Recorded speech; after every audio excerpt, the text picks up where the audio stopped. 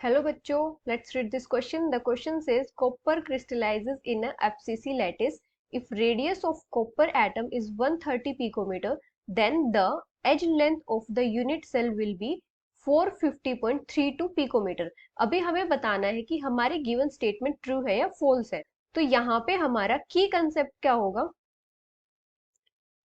यहाँ पे इन्होंने पूछा है कि कोई भी रेडियस गिवन है किसी एटम की और इन्होंने पूछा है कि हमारी एज लेंथ ये होगी या नहीं होगी। तो इसके लिए हमें पहले पता होना चाहिए कि हमारी जो एज लेंथ है यूनिट सेल की और उस यूनिट सेल में जो एटम्स प्रेजेंट है उनकी रेडियस में क्या रिलेशन होता है। Relation of edge length of unit cell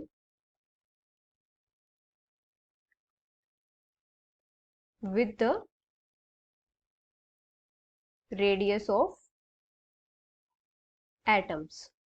मतलब एटम्स के रेडियस का जो हमारी एज लेंथ होती है यूनिट सेल की उसके साथ क्या रिलेशन होता है। अभी यहाँ पे इन्होंने बात की है एफसीसी यूनिट सेल की।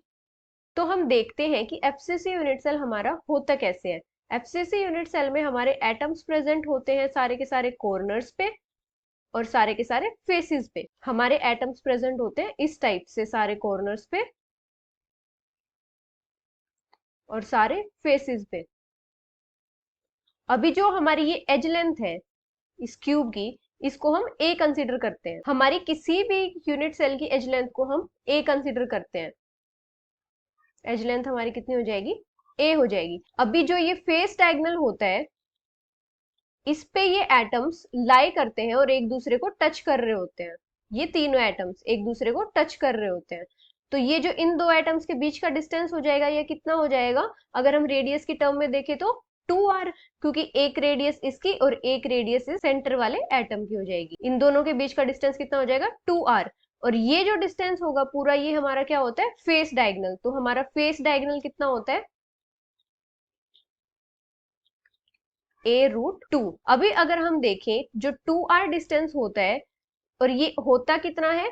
फेस डायगोनल का हाफ। तो कितना हो जाएगा? a√2/2।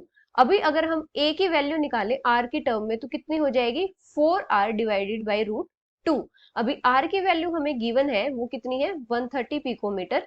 मतलब हमें कॉपर एटम की रेडियस गिवन है 130 पिकोमीटर। अब ये वैल्यू हम इसमें पुट करेंगे तो हमारा क्या आ जाएगा? a 4 into 130 divided by √2। अभी अगर हम इसको कट करेंगे तो कितना आ जाएगा? 2√2 इंटू 130। √2 हमारा कितना होता है? 1.414। तो हमारी कितनी वैल्यू आ जाएगी? 367.75 पिकोमीटर। ये हो जाएगी हमारी एज लेंथ